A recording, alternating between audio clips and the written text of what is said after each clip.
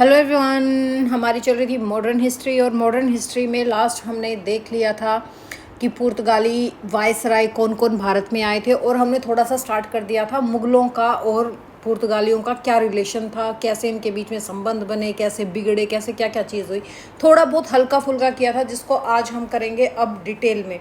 तो देखिए, मुगलों और पुर्तगालियों की पहली मुलाकात हम सबको पता है 1526 से 1556 तक की स्टोरी। देखो पहले देखो 1498 में वास्को डा गामा आपका क्या था, भारत आया। फिर 1526 में आपके पानीपत के पहले युद्ध से मुगलों की नींव पड़ गई, बाबर भारत में आया।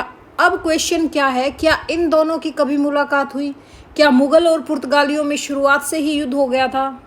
तो आप क्या कहोगे, बिल्कुल भी नहीं। ऐसा क्यों क्यों नहीं हुआ था? क्योंकि दोनों का ध्यान अलग अलग था।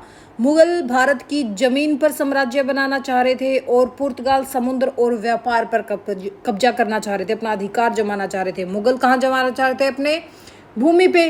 और पुर्तगाली समुद्र और व्यापार पर अपना कब्जा जमाना चाह रहे थे। इसलिए शुरू में दोनों एक दूसरे के काम में ज़्यादा दखल अंदाजी इन्होंने नहीं की।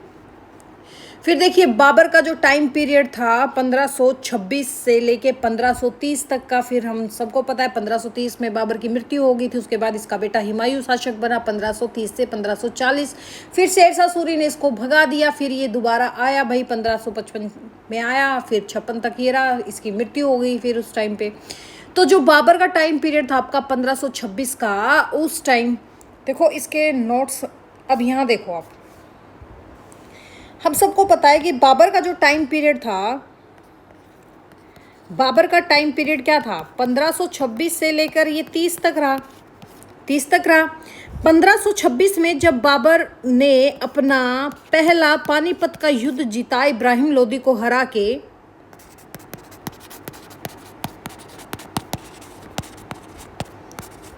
और इसने इब्राहिम लोदी को हराया था। इसने कहाँ कब्जा किया? इसने आगरा पर कब्जा कर लिया, आगरा कब्जा लिया।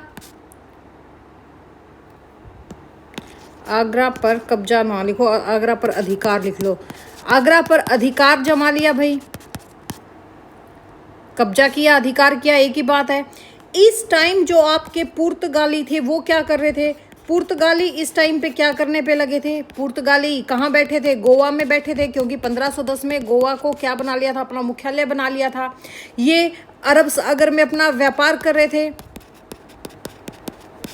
अरब सागर में क्या कर रहे थे? व्यापार कर रहे थे। और इन्होंने क्या लागू कर दिया था? इन्होंने आपके अल्बुकर्क ने क्या जारी कर दिया था? कार्टाज प्रणाली। इन्होंने कार्टाज प्रणाली लागू की वहां पे उस टाइम पे। ठीक है, बाबर का पूरा ध्यान कहाँ पर था? बाबर का जो पूरा ध्यान था, अब इन चीजों को समझो, बाबर का पूरा ध्यान कहाँ पर था? बाबर का ध्यान था भाई आपके अफगानों को हराना, अफगानों पर ध्यान था। क्यों था भाई? इनको हराना था, राजपूतों से लड़ना था।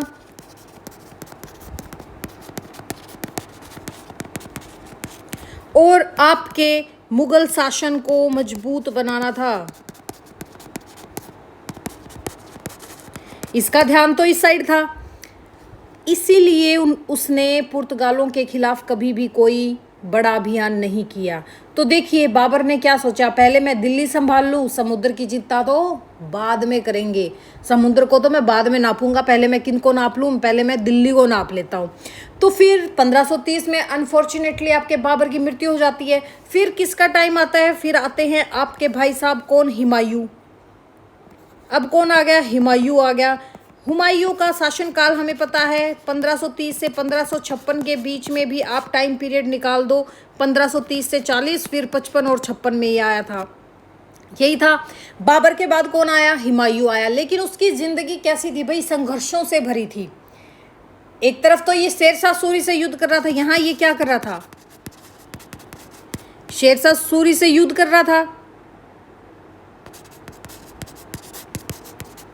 ये तो यहाँ पे बिजी था।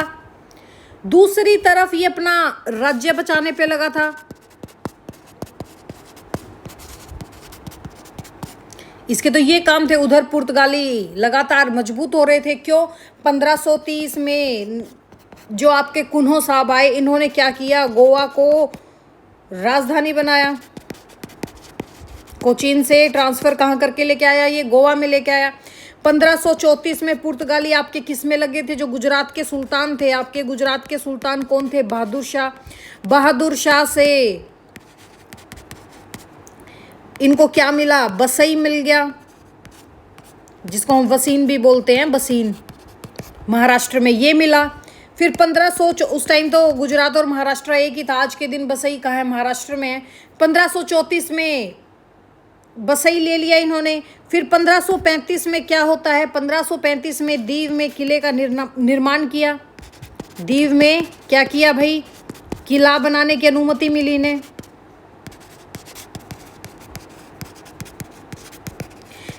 हुमायूं इन घटनाओं को रोक ही नहीं पाया। अब देखो टोटल मिला के यहाँ से हम क्या कंक्लूजन निकाल सकते हैं, हम ये कह सकते हैं कि बाबर और हुमायूं के समय मुगल साम्राज्य अपनी नींव मजबूत कर रहा था, जबकि पुर्तगाली समुद्र और पश्चिम तट पर अपनी शक्ति बढ़ा रहे थे। तो दोनों के बीच में कभी कोई टकराव हुआ ही नहीं। फिर बात आती है अकबर की और किसकी, आपके पुर्तगाल की। अकबर की और पुर्तगाल की जब हम बात करते हैं तो देखिए, देखो यहाँ पे हमारे नोट्स भी कर लेते हैं एक बार। मुगलों और पुर्तगालियों का संपर्क 16वीं शताब्दी तक रहा। प्रारंभ में संबंध कैसे थे, मैत्रीपूर्ण थे, क्योंकि दोनों को व्यापार से लाभ था। बाद में समुद्री व्यापार, धर्म प्रचार, दास व्यापार, अवैध किलेबंदी और राजनीतिक हस्तक्षेप के कारण दोनों में तनावपूर्ण रिश्ते हो गए थे। अंततः पुर्तगालियों की शक्ति धीरे धीरे घटती चली गई। फिर बात आती है आपके अकबर के साथ, ठीक है। अब देखो, जब अकबर 1556 में गद्दी पर बैठा, तब उसने लगभग पूरे नॉर्थ इंडिया, जो हमारा उत्तर भारत है, उसको अपने अधीन कर लिया था अकबर ने। अब पहली बार किसी मुगल सम्राट का ध्यान समुद्र की ओर गया। अकबर ने पुर्तगालियों के बारे में क्या सुना, उसने सुना कि कुछ विदेशी लोग समुद्र पर राज करते हैं, उनके जहाज़ों पर बड़ी बड़ी तोपें हैं, वे अरब सागर के व्यापार को नियंत्रित करते हैं। अकबर ने युद्ध करने की बजाय पहले उन्हें समझना चाहा। फिर उनके साथ व्यापारिक संबंध बनाए, जैसे पुर्तगाली भारत से काली मिर्च, कपड़ा, नील, मसाले ले जाते थे और बदले में क्या लेके आते थे, घोड़े, यूरोपियन सामान और कुछ हथियार। इससे दोनों को व्यापारिक लाभ हो रहा था। फिर उसके बाद देखिए आपका जेसुइट मिशन आता है। देखो, मैत्रीपूर्ण संबंध और व्यापार बनाए। गोवा में पुर्तगालियों का मजबूत राज्य था। अकबर ने पुर्तगालियों से अच्छे व्यापारिक संबंध बनाए और भारत जाने वाले हज यात्रियों की सुरक्षा के लिए पुर्तगालियों से सहयोग आवश्यक था, क्योंकि लाल सागर के मार्ग पर पुर्तगालियों का नियंत्रण था। और जो आपके मुस्लिम थे, हज यात्री जो हज जाते थे, उनकी सुरक्षा के लिए, क्योंकि कार्टस प्रणाली लागू थी हिंद महासागर में, तो इनका सहयोग चाहिए था। इसलिए इसने मैत्रीपूर्ण संबंध बनाए, क्योंकि लाल सागर, रेड सी पे किसका कब्जा था उस टाइम पे, आपके पुर्तगालियों का कब्जा हो गया था। फिर देखिए जेसुइट मिशन आता है। जेसुइट मिशन सभी क्या था, अकबर सभी धर्मों के बारे में जानना चाहता था, इसकी इच्छा थी। इसने फतेहपुर सिकरी भी तभी बसाया था, इसलिए उसने गोवा से ईसाई पादरियों को बुलाया। तो पहला जेसुइट मिशन कब आता है, पहला जेसुइट मिशन आपका 1580 में गोवा से जेसुइट मिशन कहाँ जाता है, फतेहपुर सिकरी आया। तो गोवा से पादरी फतेहपुर सिकरी पहुंचे। उन्होंने अकबर को क्या भेंट की, यहाँ पे इन्होंने अकबर को बाइबल भेंट की। क्या भेंट की, बाइबल गिफ्ट दिया, ठीक है। ईसाई धर्म के सिद्धांत बनाए अकबर ने, जो आपका अकबर था उसने सम्मान दिया, लेकिन धर्म परिवर्तन नहीं किया। फिर 3 जेसुइट मिशन आए। 3 जेसुइट मिशन कौन कौन से थे आपके, जो 3 जेसुइट मिशन आए, यहाँ नहीं लिख रखा क्या, यहाँ लिख देती हूँ।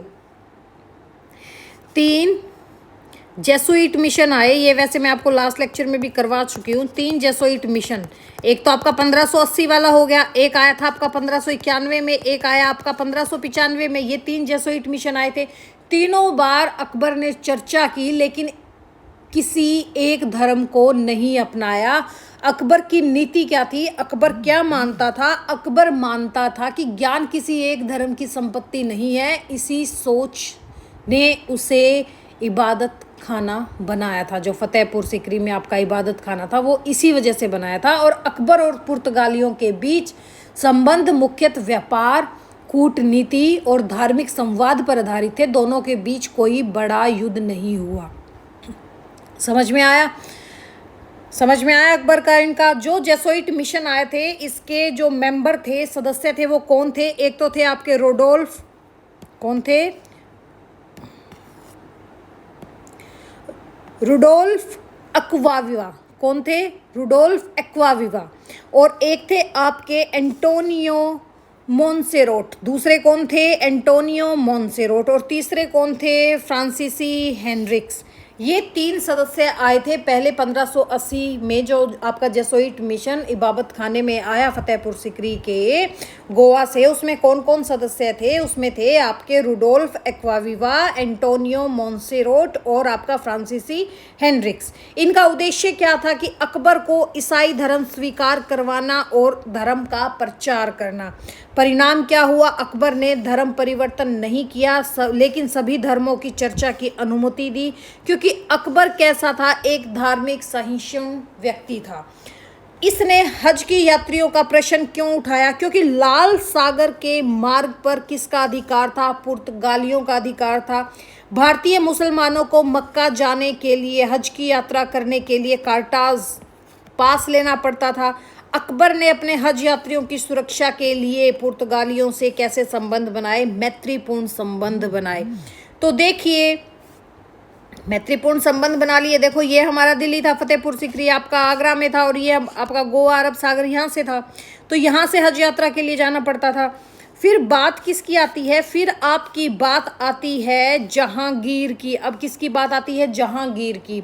जहांगीर पुर्तगालियों का अहंकार और अंग्रेजों के लिए रास्ता साफ हुआ। अब हम स्टोरी किसकी पढ़ते हैं? अकबर मर गया था भाई 1605 में। 1605 में मुगल की गद्दी पर कौन बैठा? अब आपका जहांगीर। ये 1605 से लेके 1627 तक रहा। अब देखो, अगर कोई मेहमान आपके घर में आए, अगर कोई गेस्ट आपके घर में आ रहा है और धीरे धीरे घर के नियम उसी के हिसाब से चलने लगे, तो आप क्या करोगे? तो क्या होगा? ऑब्वियस बात है, झगड़ा होगा। ऑब्वियस है, झगड़ा होगा। भारत में भी कुछ ऐसा ही हुआ। पहले पुर्तगाली व्यापारी बनकर आए, लेकिन अब वे समुद्र के मालिक जैसा व्यवहार करने लगे थे। इसी समय मुगल सम्राट जहांगीर आपका गद्दी पे बैठता है, और जहांगीर का शासन स्टार्ट होता है आपके अकबर की मृत्यु के बाद। अकबर की मृत्यु 1605 में हुई है। तो जब जहांगीर मुगल सम्राट बना, उस समय भारत में यूरोपियन शक्ति कौन सी थी? पुर्तगाली सबसे शक्तिशाली शक्ति थी। और सेकंड आपके डच भी यहाँ पर आ गए थे। कब? 1602 में डच भी आ चुके थे। अंग्रेज आने की तैयारी कर रहे थे। तो पुर्तगालियों को विश्वास था कि भारत में समुद्र पर केवल हमारा अधिकार रहेगा। तो पुर्तगालियों का घमंड काफ़ी बढ़ता चला गया। अब पुर्तगाली केवल व्यापार नहीं कर रहे थे, उन्होंने समुद्र में कार्टाज प्रणाली लागू कर रहे थे, बिना अनुमति जहाज़ों को रोकते थे, टैक्स वसूलते थे, कभी कभी भारतीय जहाज़ों को भी परेशान करते थे। तो उन्होंने सोचा, मुगलों की सेना ज़मीन पर मजबूत है, लेकिन समुद्र तो हमारा है। यहीं से इनका तनाव शुरू हुआ। ठीक है, यहीं से क्या हो गया? इनका तनाव शुरू हो गया। फिर देखो 1608 में क्या होता है? 1608 में आपके अंग्रेजों का आगमन हो जाता है। इसी बीच एक नया खिलाड़ी भारत पहुंचा 24 अगस्त 1608 को। कब पहुंचता है ये? 24 अगस्त 1608 को कैप्टन विलियम हॉकिंस कहाँ पहुंचा? कैप्टन विलियम हॉकिंस आपके कहाँ पहुंचे? ये आपके सूरत में आ गए। कब आए? 24 अगस्त 1608 को। इनके पास इंग्लैंड के राजा किनका पत्र था? हॉकिंस के पास इंग्लैंड के राजा जेम्स प्रथम का पत्र था। जेम्स प्रथम का पत्र था इनके पास। इनका उद्देश्य क्या था? कि जहांगीर से व्यापार की अनुमति लेना। हॉकिंस की जहांगीर से मुलाकात होती है 1609 में। हॉकिंस कहाँ पहुँचता है? 1609 में हॉकिंस आपके, मैं ये भी आपको करवा देती हूँ। देखो,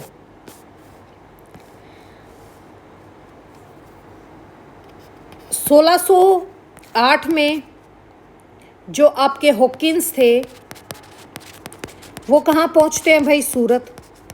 लेकिन इनकी मुलाकात नहीं हो पाती। फिर 1609 में हॉकिंस कहाँ पहुँचते हैं? अब हॉकिंस आपके पहुँचते हैं कहाँ? आगरा। कहाँ पहुँचे? आगरा।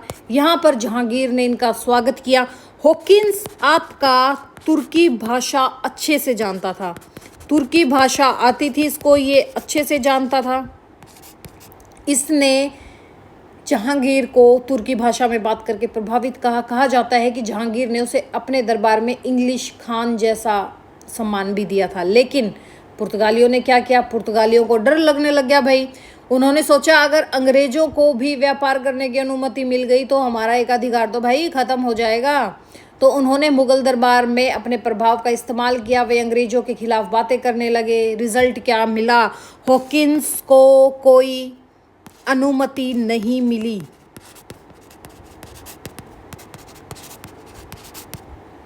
ठीक है, स्थायी व्यापारिक अनुमति नहीं मिली। वो निराश होकर अपने वापिस चला जाता है। फिर क्या होता है भाई? 1612 में पहले पर इसने ना अस्थाई फैक्ट्री जरूर लगाई थी। अस्थाई फैक्ट्री, अस्थाई फैक्ट्री कहाँ लगाई? सूरत में लगाई। ठीक है,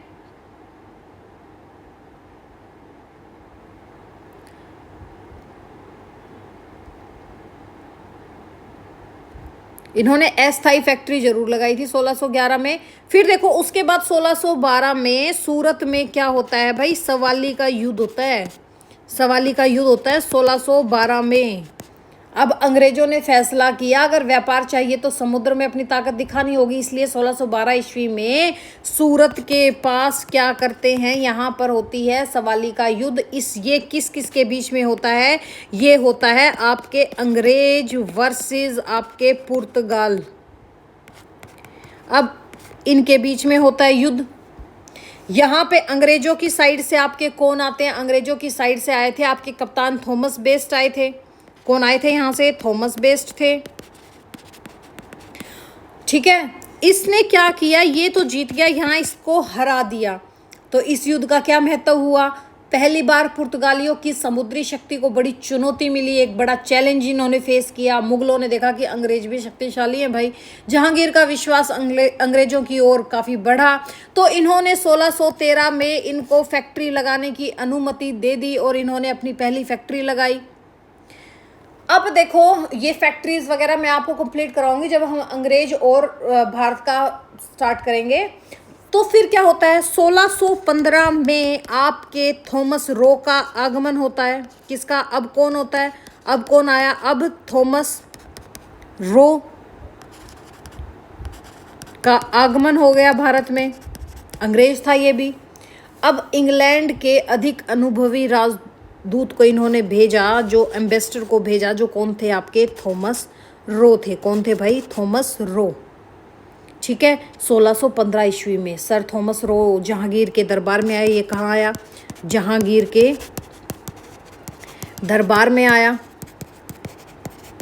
जब ये जहांगीर के दरबार में आया तो उसने युद्ध नहीं बल्कि कूटनीति अपनाई। उसने कहा कि हम केवल व्यापार करना चाहते हैं, राज्य नहीं।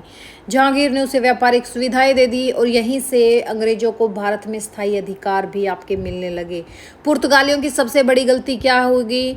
पुर्तगालियों ने सोचा कि हम समुद्र के राजा हैं और हमें कोई नहीं हरा सकता, लेकिन उन्होंने भारतीय व्यापारियों को नाराज कर दिया था, मुगलों को नाराज कर दिया था, अंग्रेजों को कम आंका था। यही उनकी सबसे बड़ी गलती थी। तो 1605 में जहांगीर क्या बनता है? मुगल सम्राट बनता है। 1608 में विलियम हॉकिंस सूरत पहुंचता है। 1609 में ये आगरा में मुलाकात करता है जहांगीर से। 1612 में आपका सवाली का युद्ध होता है जिसमें अंग्रेजों ने पुर्तगालियों को हराया। 1615 में सर थॉमस रो जहांगीर के दरबार में आते हैं और 1618 में क्या होता है? अंग्रेजों को कई व्यापारिक सुविधाएं मिलती हैं।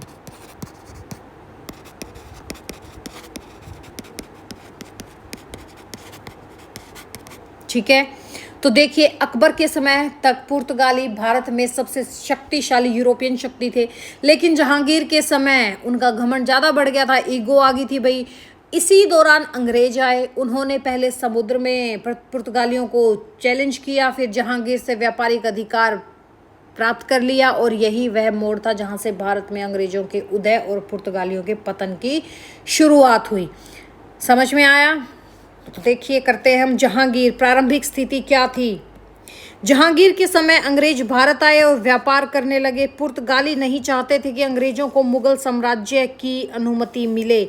फिर कैप्टन विलियम हॉकिंस का आगमन होता है 24 अगस्त 1608 को। ठीक है, ये सूरत आते हैं। उन्होंने जहांगीर के दरबार में व्यापार की अनुमति मांगी, लेकिन पुर्तगालियों ने उनका विरोध किया और उसे परेशान किया।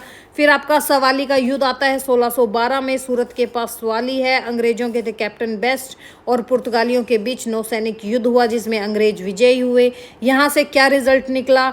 अंग्रेजों की प्रतिष्ठा बढ़ी और मुगलों का विश्वास अंग्रेजों पर ज़्यादा बढ़ गया और सूरत में अंग्रेजों को व्यापार करने की अनुमति भी मिल गई।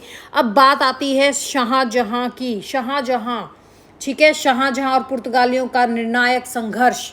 और भारत में पुर्तगालियों की शक्ति को सबसे बड़ा झटका लगा था 1632 में। देखिए, सोचो, अगर कोई मेहमान आपके घर आए, फिर घर आके नियम तोड़ने लगे और लोगों को परेशान करे और खुद को मालिक समझने लगे, तो क्या होगा? उसे आप घर से ही निकाल दोगे। भारत में भी यही हुआ। पुर्तगाली व्यापारी बन के आए थे, लेकिन धीरे धीरे उन्होंने ऐसा व्यवहार करना शुरू कर दिया कि मुगल सम्राट शाहजहां को कठोर कार्रवाई करनी पड़ी। जब 1628 में 1628 में शाहजहां गद्दी पर बैठे, मुगल सम्राट बने। वह एक शक्तिशाली और अनुशासन प्रिय शासक था। उसने कहा कि भारत में व्यापार करो, लेकिन मुगल साम्राज्य के कानून मानकर व्यापार करना होगा। लेकिन पुर्तगाली उसकी बात को मानने के लिए तैयार नहीं थे। उस टाइम पुर्तगाली कहाँ थे? पुर्तगाली का मुख्य केंद्र जैसे आपका गोवा हो गया, दमन, दीव, वसई, हुगली, बंगाल था। हुगली में उनका एक बड़ा व्यापारिक केंद्र बन चुका था उस टाइम पे। हुगली इतना महत्वपूर्ण क्यों था? क्योंकि बंगाल में उस समय भारत का सबसे समृद्ध प्रांत क्या था? आपका हुगली था। कौन सा था? हुगली। हुगली, क्योंकि यहाँ से आपके रेशम, मलमल, चीनी, नमक, नील, इन सब का व्यापार होता था। और पुर्तगालियों ने यहाँ गोदाम बनाए, चर्च बनाए, अपनी बस्ती बना ली और धीरे धीरे खुद को स्थानीय शासक जैसा समझने लगा। शाहजहां क्यों नाराज हुआ भाई? मुगल दरबार में लगातार शिकायतें आ रही थी। कहा गया कि पुर्तगाली अवैध व्यापार कर रहे हैं और मुगल अधिकारियों के बिना अनुमति के वो व्यापार कर रहे हैं। टैक्स की चोरी कर रहे हैं, सरकारी टैक्स दे ही नहीं रहे, लोगों का अपहरण कर रहे हैं। कई समकालीन मुगल स्रोतों के अनुसार कुछ पुर्तगाली व्यापारियों ने समुद्री समूहों पर लोगों, विशेषकर बच्चे और महिलाओं को पकड़कर गुलामी में बेचने के आरोप भी लगाए। जबरन धर्म परिवर्तन करवा रहे हैं कुछ एरिया में। मुगल सत्ता की अवहेलना कर रहे हैं। उन्होंने अपने किले मजबूत कर लिए और मुगल अधिकारियों की बात मानने से इनकार करने लगे। तो अब शाहजहां ने क्या कहा? शाहजहां ने कहा कि अब बहुत हो गया, अब इनको सबक सिखाओ। तो उन्होंने बंगाल में जो इनके शाहजहां के मामा थे, शाहजहां के मामा कौन थे? कासिम खान थे। कासिम खान को भेज दिया, सूबेदार बना के भेज दिया इनको। सूबेदार थे ये ऑलरेडी वहाँ पे बंगाल के। कासिम खान ने आदेश दिया कि हुगली पर आक्रमण कर दो। हुगली का युद्ध होता है। कब होता है हुगली का युद्ध? 1632 में होता है। चारों ओर से घेराबंदी कर दी गई मुगल सेना के द्वारा। नदी का रास्ता भी बंद कर दिया गया। कई सप्ताह तक युद्ध चला। पुर्तगालियों ने किले से तोपें भी चलाई और मुगलों ने भी भारी हमला किया। आखिरकार 1632 में मुगल सेना ने किस पे कब्जा कर लिया? हुगली पे कब्जा कर लिया। इस युद्ध का रिजल्ट क्या निकला? सबसे पहला पुर्तगालियों की हार हुई। बड़ी संख्या में पुर्तगाली सैनिक और अधिकारी बंदी बनाए गए। उनका व्यापारिक केंद्र हुगली नष्ट हो गया था और बंगाल में उनकी शक्ति लगभग द एंड हो गई थी, समाप्त हो गई थी। और इस युद्ध का महत्व क्यों है भाई? ये केवल एक शहर की लड़ाई नहीं थी, ये एक संदेश था क्या? कि भारत में अंतिम सत्ता मुगल सम्राट की है, किसी और विदेशी व्यापारी की नहीं है। क्या गोवा भी छिन गया? बिल्कुल भी नहीं, गोवा बिल्कुल भी नहीं छीना गया। यहाँ से समझो आप, शाहजहां ने गोवा भी जीत लिया। बहुत लोग ऐसे कहते थे, पर ये बहुत गलत है। गोवा, दमन, दीव पुर्तगालियों के पास ही रहे। मुगलों ने केवल हुगली में उनकी शक्ति को बड़ा झटका दिया था। इसका सबसे ज़्यादा फायदा किसको मिला? अब पुर्तगाली कमजोर हो गए। इसका फायदा मिला अंग्रेजों को और डचों को, क्योंकि डच भी 1602 में आगे थे। अंग्रेजों ने क्या सोचा, अब भारत में सबसे बड़ा यूरोपीय व्यापारी बनने का मौका हमारे पास है। यहीं से अंग्रेजों का प्रभाव तेजी से बढ़ा। तो हमने क्या देखा? हमने देखा कि 1628 में शाहजहां आपका गद्दी पे बैठा। 1632 में हुगली पर आक्रमण कर दिया और कासिम खान जो बंगाल के सूबेदार थे, उन्होंने एक अभियान किया, उनके नेतृत्व में अभियान हुआ, इन्होंने हुगली पर आक्रमण किया और परिणाम क्या निकला, पुर्तगालियों की हार हुई और बंगाल में शक्ति कमजोर हुई। अब देखो क्वेश्चन आ जाए कि शाहजहां ने पुर्तगालियों पर आक्रमण क्यों किया था भाई? अवैध व्यापार, कर चोरी, अपहरण और दास प्रथा, दास व्यापार के आरोप लग रहे थे, जबरन धर्म परिवर्तन की शिकायतें आ रही थी और मुगल सत्ता की अवहेलना हो रही थी। तो कुल मिला के हम क्या कह सकते हैं कि 1498 में पुर्तगाली भारत में बड़े गर्व के साथ आए थे। उन्होंने समुद्र पर अपना प्रभुत्व स्थापित किया, गोवा को अपनी राजधानी बनाया, व्यापार पर नियंत्रण किया। लेकिन 1632 में जब शाहजहां का टाइम पीरियड था, हुगली पर हमला करके ये स्पष्ट कर दिया कि भारत की धरती पर अंतिम अधिकार किसका होगा, सिर्फ मुगल साम्राज्य का। इसी घटना के बाद पुर्तगालियों का प्रभाव घटने लगा और अंग्रेजों के लिए भारत में आगे रास्ता और आसान हो गया। समझ में आया? तो देखिए शाहजहां 1628 में गद्दी पर बैठते हैं भाई। कब गद्दी पर बैठते हैं आपके? 1628 में। हुगली अभियान कब हुआ? 1632 में। हुगली बंगाल में पुर्तगालियों द्वारा अवैध किलेबंदी, दास व्यापार, हजारों भारतीयों को पकड़कर विदेश भेजना, जबरन धर्म परिवर्तन करवाना, मुगल अधिकारियों की अवज्ञा करना, समुद्री लूटपाट और अवैध व्यापार करना था। यही कर रहे थे, यही रीज़न बन रहे थे। फिर अभियान होता है शुरू 1632 ईस्वी में। शाहजहां ने हुगली पर आक्रमण करने के लिए कासिम खां के नेतृत्व में सेना भेजी और यहाँ पे मुगल और पुर्तगालियों के बीच काफ़ी महीनों तक युद्ध चलता रहा। परिणाम क्या निकला? हुगली पर मुगलों का अधिकार हो गया और लगभग 7000 बंदी हिंदू और मुसलमान मुक्त कराए गए। दास व्यापार पर रोक लगी और पुर्तगालियों की बंगाल में शक्ति समाप्त हो गई। हुगली में पुर्तगाल केवल व्यापार तक ही सीमित रह गए थे। ठीक है, तो देखो ट्रिक कैसे होगी। अकबर ने धर्म की बात की, जहांगीर ने युद्ध की बात की, शाहजहां के टाइम पे हुगली अटैक हुआ और औरंगजेब के टाइम पे तो इनका पतन ही हो गया था। ये देखो भारत के मानचित्र पर हम देखते हैं, देखो ये आपके बंगाल का क्या था, चटगांव बंगाल में था। ये आपका क्या था, हुगली, सेंट थॉम इनका चर्च था। मायलापुर, जिसको आज के दिन हम मसूलीपट्टनम और मायलापुर के नाम से जानते हैं, नागापट्टनम में इनका केंद्र था। ठीक है, यहाँ पे जैसे दीव हो गया, दमन हो गया, बसई हो गया, चोल हो गया, गोवा, कन्नूर, कालीकट, कोचीन, यहाँ पे इन्होंने अपना कब्जा कर रखा था। ठीक है, औरंगजेब का टाइम कब आता है? 1658 में गद्दी पर बैठता है भाई ये और 1707 में इसकी मृत्यु हो जाती है। औरंगजेब के समय पुर्तगालियों की शक्ति घट चुकी थी, वे केवल गोवा, दमन, दीव तक सीमित रह गए थे। अंग्रेज, डच, फ्रांसीसी अधिक शक्तिशाली हो गए थे और मुगलों से उनके संबंध औपचारिक मात्र ही थे। तो देखिए ये था आपका अकबर क्या था, मैत्रीपूर्ण संबंध निभाए। जेसुइट मिशन आया 1580 में। जहांगीर के टाइम पे हॉकिंस का आगमन हुआ 1608 में और सवाली का युद्ध हुआ 1612 में। शाहजहां के टाइम पे हुगली अभियान हुआ 1632 में और औरंगजेब पुर्तगालियों का पतन सीमित क्षेत्र जैसे गोवा, दमन, दीव तक रह गया था। क्वेश्चन देखो PYQ क्या है, हुगली अभियान किस मुगल शासक के समय हुआ था? शाहजहां के समय हुआ था 1632 में। पहला जेसुइट मिशन किस शासक के समय आया था? अकबर के समय आया था 1580 में। सवाली का युद्ध कब हुआ था? 1612 में। हुगली पर मुगलों ने कब अधिकार किया? 1632 में।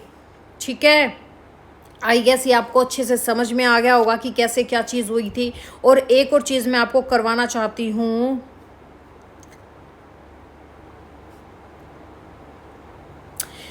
पुर्तगालियों का हिंदू शासकों से कैसे संबंध थे, इस चीज़ को भी आज ही ख़त्म कर देते हैं, अभी ख़त्म कर देते हैं।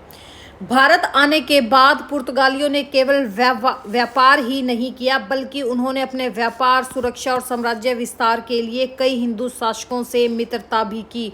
उन्होंने फूट डालो और राज करो की नीति अपनाई, एज इट इज़ अंग्रेजों की तरह, तथा एक राज्य को दूसरे राज्य के विरुद्ध उपयोग में लाया। जैसे आपके कालीकट के जयमोरिन, हम सबको पता है, हम बहुत बार कर चुके हैं कि 1498 में वास्को दा गामा कालीकट पहुंचा था।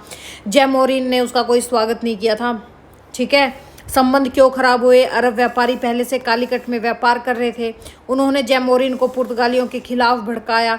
वास्को द गामा के उपहार जयमोरिन के दरबार के स्तर के नहीं थे और पुर्तगालियों ने समुद्र में हिंसक नीति जैसे लूटपाट, जहाज़ों पर हमला वगैरह ये सब अपनाया। कौन से सन की घटना है ये? 1503 की घटना है। ठीक है, जो आपके ये आए थे जिस टाइम में अल्मेड़ा आया था और काब्राल आया था। ये उस टाइम की घटना है। जैसे 1502 में आपके वास्को दा गामा आए थे। कालीकट और पुर्तगालियों के बीच युद्ध हुए और शत्रुता हो गई। फिर कोचीन की तरफ ये खिसक गए थे।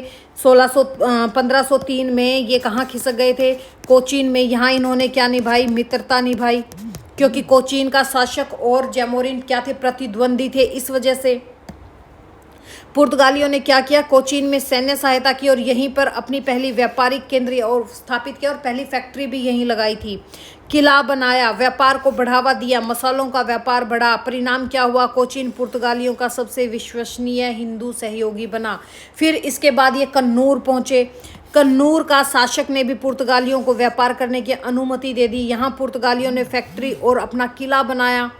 ठीक है, समुद्री व्यापार विकसित हुआ और यह एक महत्वपूर्ण घटना थी। तो उसके बाद क्या हुआ? उसके बाद आपका विजयनगर साम्राज्य था। ठीक है, विजयनगर और दक्कन मुस्लिम सल्तनतों के बीच लगातार इनके बीच में संघर्ष चलता जा रहा था। विजयनगर साम्राज्य में इनका संघर्ष चलता जा रहा था, संघर्ष हो रहा था इनके बीच में। पुर्तगालियों ने विजयनगर को क्या उपलब्ध करवाए? पुर्तगालियों को इन्होंने घोड़े उपलब्ध करवाए, हथियार तो बंदूकें दी, समुद्री सहायता और व्यापार में सहयोग किया। बदले में विजयनगर ने पुर्तगालियों को क्या दिया? व्यापार की अनुमति दी, बंदरगाहों का उपयोग करने लगे और मसालों के व्यापार में सुविधा दी। अब देखो यहाँ पे आपका जो कृष्ण देव राय था, ठीक है, उसके समय में पुर्तगालियों और विजयनगर के संबंध काफ़ी अच्छे रहे थे। खराब कब हुए? उसके बाद। ठीक है, कब हुए? इसके बाद इनके संबंध अच्छे से खराब हो गए थे। समझ में आया इतना? इतना अगर अच्छे से समझ में आया तो क्या हम आगे करें अब? तो देखिए, अब हम आगे की बात करते हैं। एक सेकंड रुकना भाई।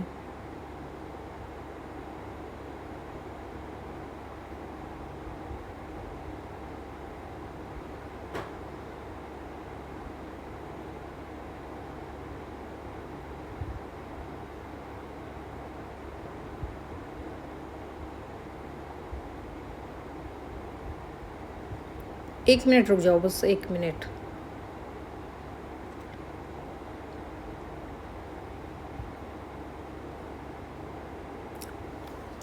चलो देखते हैं अब। ठीक है, फिर तिमोजा की भूमिका क्या थी? मैं एक बार नोट्स करवा रही हूँ, फिर आपको दोबारा रिकॉल करवाऊंगी इस चीज़ को। तिमोजा की भूमिका क्या थी? तिमोजा एक हिंदू समुद्री सरदार था।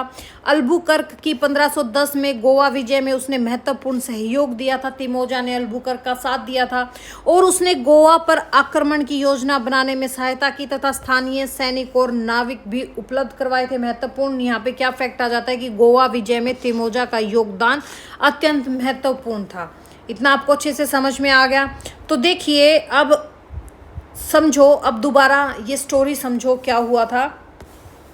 ठीक है,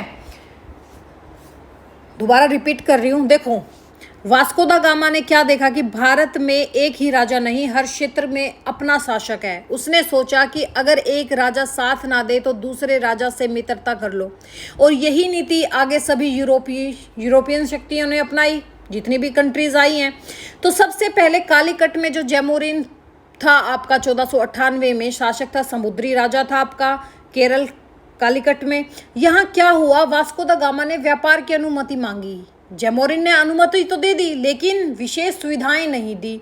अरब व्यापारियों ने भी जैमोरिन को पुर्तगालियों के प्रति सावधान किया। इससे रिजल्ट क्या निकला? संबंध अच्छे नहीं रहे और बाद में संघर्ष शुरू हुआ। फिर कोचीन का जो राजा था उससे मित्रता कर लेते हैं। अब जब 1500 में आपका काब्राल कालीकट से निकला, ये पानीपत, उसमें पानीपत कह रही हूँ, ये आपके कालीकट पहुंचा था 1500 में। तब इसके बाद ये कालीकट से निकला तो ये कोचीन पहुंचा। वहाँ पे कोचीन का जो राजा था, कोचीन और कालीकट के जो जैमोरिन थे उनके बीच में पहले दुश्मनी थी। तो राजा ने सोचा अगर पुर्तगाली मेरे साथ हैं तो मैं जैमोरिन का मुकाबला कर सकता हूँ, और यहीं पुर्तगालियों ने अपनी पहली स्थायी व्यापारिक फैक्ट्री लगाई। फिर ये कहाँ पहुँचते हैं? कन्नूर। कन्नूर भी आपके केरल में है। यहाँ के राजा ने भी पुर्तगालियों का स्वागत किया। यहाँ से इनका व्यापार भी बढ़ा और जैमोरिन के प्रभाव को भी कम करना था। फिर ये बीजापुर सल्तनत से इनका संघर्ष होता है। ठीक है, बीजापुर वाला मैंने नहीं लिखा क्या? बीजापुर का मैंने नहीं लिखा क्या? चलो बीजापुर का नहीं लिखा तो हम यहाँ कर लेते हैं भाई, क्या बड़ी बात है।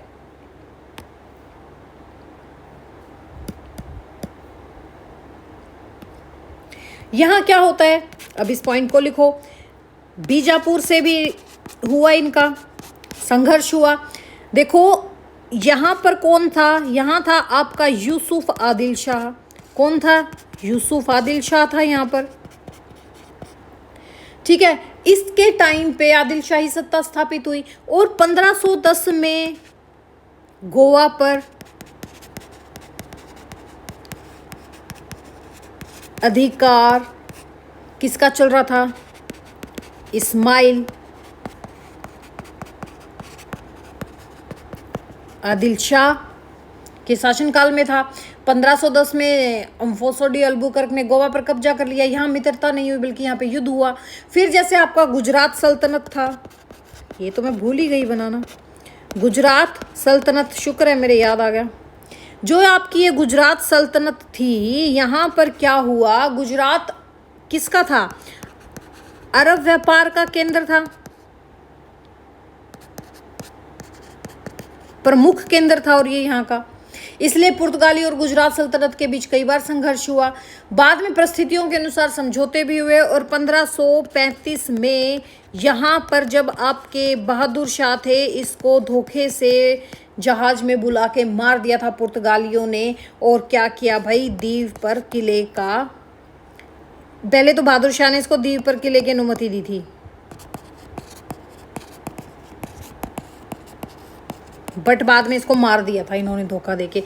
फिर विजयनगर साम्राज्य दक्षिण भारत का सबसे शक्तिशाली हिंदू राज्य था। पुर्तगालियों ने विजयनगर के साथ व्यापारिक संबंध बनाए, घोड़े, हथियार और अन्य वस्तुओं के व्यापार करते थे और दोनों को इस चीज़ से लाभ मिलता था। तो देखिए इतना हमने अच्छे से कर लिया। तो अभी आप एक चीज़ देखो क्या हुआ था। जैमोरिन कालीकट, शुरुआत में व्यापार, बाद में संघर्ष। कोचीन का राजा घनिष्ठ मित्रता की, कन्नूर के राजा से मित्रता और व्यापार किया। बीजापुर सल्तनत में युद्ध किया, 1510 में गोवा पर कब्जा कर लिया। गुजरात सल्तनत में संघर्ष, बाद में दीव में किला बनाने की अनुमति ली और विजयनगर साम्राज्य में व्यापारिक सहयोग थे। और आपके इसमें जो तिमोजा थे, इसकी तो आपने भूमिका देख ही ली। जब गोवा विजय में आपके थे यूसुफ आदिल शाह, उस टाइम पे इन्होंने, जो तिमोजा थे, इन्होंने अल्बुकर्क का साथ दिया था। तो इतना समझ में आ गया। पुर्तगालियों ने भारत में अपनी शक्ति केवल तोपों से नहीं बढ़ाई थी, उन्होंने भारतीय राज्यों की आपसी प्रतिद्वंद्विता का भी लाभ उठाया था। जहां विरोध मिला वहां युद्ध किया, जहां सहयोग मिला वहां मित्रता की और व्यापार किया। इसी नीति ने उन्हें भारत में पैर जमाने में मदद की। तो देखिए कहाँ कहाँ ये पहुँचते हैं। ये पहुँचते हैं आपके कालीकट। कहाँ पहुँचते हैं ये पहुँचते हैं कालीकट।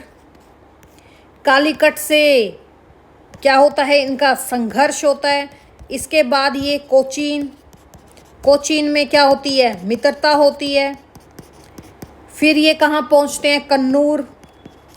कन्नूर में भी मित्रता प्लस व्यापार होता है। और फिर गोवा, फिर क्या होता है, गोवा। गोवा में भी इन्होंने क्या हासिल की, विजय हासिल की। फिर गुजरात में संघर्ष हुआ प्लस दीव पर कब्जा हुआ। विजयनगर में व्यापार किया। समझ में आ गया इतना? समझ में आया भाई? इतना अच्छे से आ गया होगा, ठीक है। तो देखिए पुर्तगालियों का सबसे विश्वसनीय हिंदू सहयोगी कौन था? कोचीन था। गोवा विजय में अल्बुकर्क की सहायता किस हिंदू सरदार ने की थी? तिमोजा ने।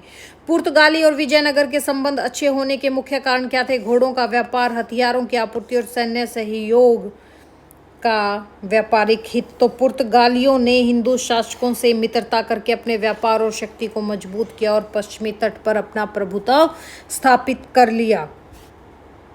ठीक है, आई गेस इतना आपको अच्छे से समझ में आया होगा, ठीक है।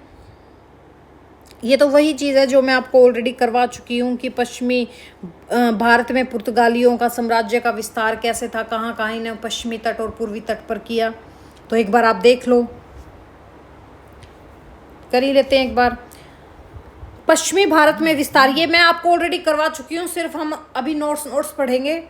क्या है? अल्बुकर्क जो 1509 से 1515 तक वास्तविक वायसराय बन के आया था, वास्तविक पुर्तगाली वायसराय बना और वास्तविक कब्जा किया इसने। उत्तरी और पश्चिमी भारत में पुर्तगाली शक्ति को मजबूत करने के लिए कई स्थानों पर अपने अधिकार स्थापित किए। ठीक है, जैसे गोवा पर कब्जा 1510 में, बार बार में रिपीट हो रहा है तो याद हो जाना चाहिए। गोवा पहले बीजापुर के आदिल शाह के अधीन था। अल्बुकर्क ने तिमोजा नामक एक हिंदू सरदार की सहायता से 25 नवंबर 1510 को इसको जीता था। किसकी सहायता से? हिंदू शासक था एक तिमोजा, उसकी सहायता से इसने गोवा को जीता। ठीक है, गोवा को पुर्तगालियों की राजधानी बनाया। राजधानी तो नहीं बनाया था उस टाइम, तो केंद्र बनाया था, और पश्चिमी तट पर पुर्तगालियों का मुख्य केंद्र था, क्योंकि 1510 में तो इनकी राजधानी, सारे प्रशासनिक कार्य आपके कोचीन से हो रहे थे। फिर दमन 1531 में, दमन पर 1531 में पुर्तगालियों ने अपना अधिकार कर लिया और गुजरात के निकट एक महत्वपूर्ण बंदरगाह बनाई। दीव पर 1535 में, दीव पर 1535 में पुर्तगालियों ने कब्जा कर लिया और एक मजबूत किला बनाया और गुजरात के सुल्तानों के आक्रमण से बचने के लिए महत्वपूर्ण स्थल बनाया। फिर बेसिन बसई 1534 में।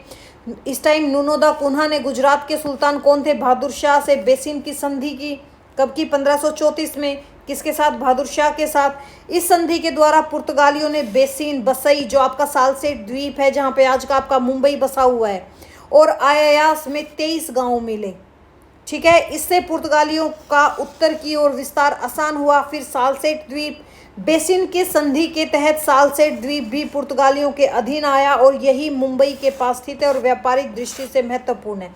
तो देखिए, पश्चिम भारत में विस्तार की मुख्य विशेषताएं क्या बनी? एक तो समुद्री मार्ग की सुरक्षा, अरब व्यापारियों को हटाना, मसाला व्यापार पर नियंत्रण करना, मजबूत किलों का निर्माण करना और स्थानीय हिंदू सरदारों की से सहयोग और व्यापारिक केंद्रों का विकास करना। क्वेश्चन क्या आया था आपके PYQ में?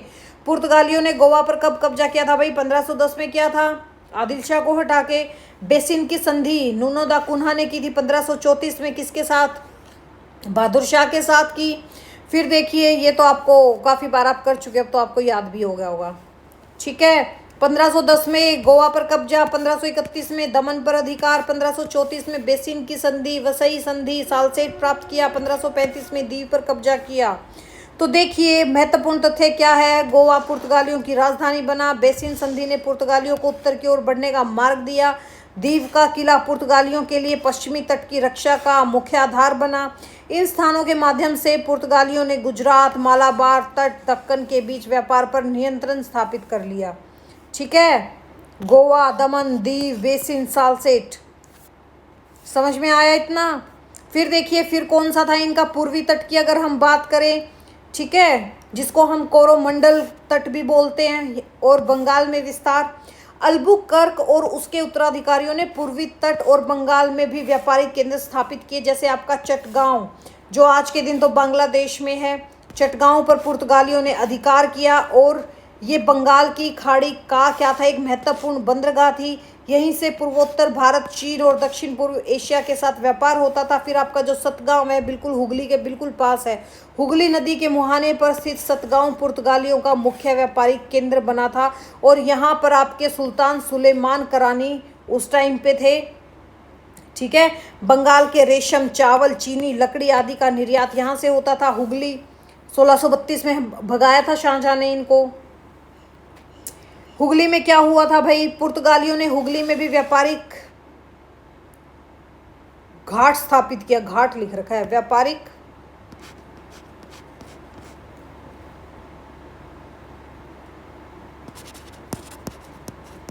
फैक्ट्री स्थापित की थी। यह स्थान बंगाल और बिहार के आंतरिक व्यापार के लिए महत्वपूर्ण था। नागापट्टनम, तमिलनाडु के नागापट्टनम में पुर्तगालियों ने फैक्ट्री स्थापित की और यहीं से दक्षिण पूर्व एशिया के साथ व्यापार होता था। सेंट थोम जो मसूलीपट्टनम में था, आज के दिन तो हम इसको मायलापुर कहते हैं, जो चेन्नई के पास है, यहाँ से पुर्तगालियों ने सेंट थोम नामक चर्च बनाया। सेंट थोम नामक चर्च कहाँ है? मायलापुर में है। यह ईसाई धर्म के प्रचार का क्या था, बहुत प्रमुख केंद्र था। तो देखिए पूर्वी तट और बंगाल के विस्तार की विशेषताएं क्या हैं। बंगाल, दक्षिणी भारत, दक्षिण पूर्व एशिया के साथ व्यापार हुआ। रेशम, चावल, चीनी, नील, मसाले, कीमती पत्थर आदि का व्यापार हुआ। धार्मिक प्रचार के लिए चर्च और मिशन स्थापित किए गए और स्थानीय शासकों से संधि करके व्यापारिक अधिकार प्राप्त किए। तो यहाँ से क्वेश्चन क्या बने थे, पुर्तगालियों ने द्वीप पर कब कब्जा किया था, 1535 में। सतगांव कहाँ है, हुगली नदी के मुहाने पर। और ये तो एग्जाम पॉइंट है भाई, गोवा, दमन, दीव, बेसिन, सालसेट पुर्तगालियों के पश्चिम भारत के क्या थे, मुख्य केंद्र थे। समझ में आ गया। और ये तो चीज़ मैं आपको बहुत बार करवा चुकी हूँ, पुर्तगालियों का व्यापार कैसे था। जैसे पश्चिमी तट पर आपका गोवा, दमनदीप, चोल, बसई, कोचिन, कालीकूट और कन्नूर था। पूर्वी तट पर नागापट्टनम, सेंथोप यानी कि मसूलीपट्टनम, हुगली, चटगांव, सतगांव था। ये आपके इसके मैप पे दे रखे थे। और फिर व्यापार की वस्तुएं, जैसे भारत से निर्यात क्या होता था, भारत से निर्यात होता था काली मिर्च, इलायची, दालचीनी, लौंग, जायफल, ठीक है। कपास के वस्त्र, रेशमी वस्त्र, नील, अफीम, चावल, चीनी, कीमती पत्थर, मोती, हाथी दांत, नमक, लोहा, इस्पात। और भारत में इंपोर्ट क्या करते थे, ये सोना चांदी यूरोप से लाते थे। तांबा, सीसा, पारा, घोड़े अरब और फारस से लाकर भारत में बेचे जाते थे। यूरोपियन ऊनी वस्त्र और मदिरा यहाँ आती थी। हथियार, गोला बारूद सब आते थे। व्यापार की विशेषताएं क्या थी, पुर्तगाली मसालों के व्यापार पर अपना नियंत्रण चाहते थे। वे अरब व्यापारियों के एकाधिकार को समाप्त करना चाहते थे। हम ये चीज़ बहुत बार रिपीट कर चुके हैं, इसलिए सिर्फ अब मैं नोट्स पढ़ रही हूँ सीधा, क्योंकि ये चीज़ तो मैंने इतनी बार रिपीट कर ली है कि शायद आपके माइंड में, जिसने स्टार्टिंग से क्लासेस देखी होंगी और अब तक क्लासेस देखी होंगी, उसके माइंड में फिट हो गए होंगे, उसको नोट्स भी बनाने की ज़रूरत नहीं पड़ी होगी। ठीक है। भारतीय वस्त्रों की यूरोप में बहुत मांग थी। भारत में सोना चांदी बाहर जाता था। ठीक है। ड्रेन ऑफ वेल्थ किसकी थी, ड्रेन ऑफ वेल्थ नारोजी की। ठीक है। और यहाँ से देखो, पुर्तगाली काली मिर्च को क्या कहते थे, काला सोना। पुर्तगालियों ने घोड़े का व्यापार विशेष रूप से विजयनगर साम्राज्य के साथ किया। ये तो ट्रिक है भाई, मसाले, वस्त्र, नील, चावल बाहर से जाते थे, सोना चांदी, घोड़े, ऊनी वस्त्र भारत में आते थे। क्वेश्चन क्या आते थे, पुर्तगालियों ने भारत से मुख्यतः कौन सी वस्तुएं निर्यात की, मसाले, वस्त्र, नील, चावल आदि। पुर्तगालियों ने भारत में क्या क्या आयात किया, सोना चांदी, घोड़े, तांबा, ऊनी वस्त्र इत्यादि। कार्टाज प्रणाली तो मैं आपको बहुत अच्छे से समझा चुकी हूँ, शायद मुझे अब करवाने की जरूरत नहीं है कि कार्टाज प्रणाली क्या थी। ठीक है। और प्रशासन तो हमने लास्ट टाइम किया था। अभी पुर्तगाल का राजा मेन था, भारत में वायसराय बनाकर भेजता था। वायसराय के नीचे गवर्नर और कैप्टन होते थे। इनके नीचे आपके काउंसलिंग होती थी, यानी कि परिषद होता था। कप्तान और किलेदार होते थे। और वदोरा दा फेजेंडा थे आपके कारखाना अधिकारी, इनके नीचे काम करते थे। फिर कारखाना अधिकारियों के नीचे आपके सैनिक, लिपिक, व्यापारिक और धर्माधिकारी होते थे। ये सब चीज़ हम कर चुके हैं, बहुत अच्छे से कर चुके हैं। ठीक है। वदेरा दा फजेंडा का कार्य क्या था भाई, राजस्व और वित्त प्रबंधन देखना। ठीक है। इतना हो गया आज हमारा, मुगल से संबंध हो गए और प्रशासन हो गया इनका, पश्चिमी तट पर विस्तार हो गया। ठीक है। काफ़ी हो चुका है आज हमारा। तो अब हम करेंगे नेक्स्ट में इनका पतन ही कर देंगे अब, क्योंकि अब तो इनका पतन ही आ गया, द एंड हो गया इनका।